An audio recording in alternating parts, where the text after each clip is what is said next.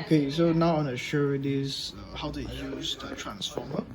So let me off it.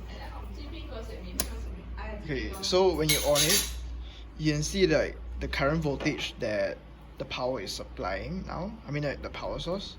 So now it's 242 volts. This is Malaysia.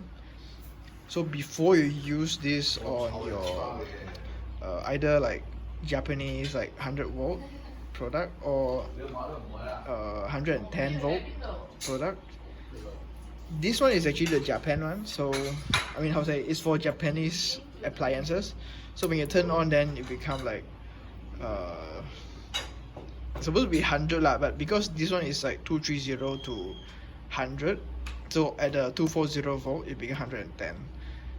Okay, for the 230 volt to 110 volt USA one, the other model, that one will become 120 for 240 volt. I will later bring in the 240 volt one, but it's still usable lah. So you know, just that it's a bit different, but it's still usable. It's fine. So this is how I use it. Need to always notice this thing. If you're, how to say, you need to see this before you plug in your appliance, because I worry that you might damage your appliance if you don't if you don't activate this and wait for the voltage to be correct.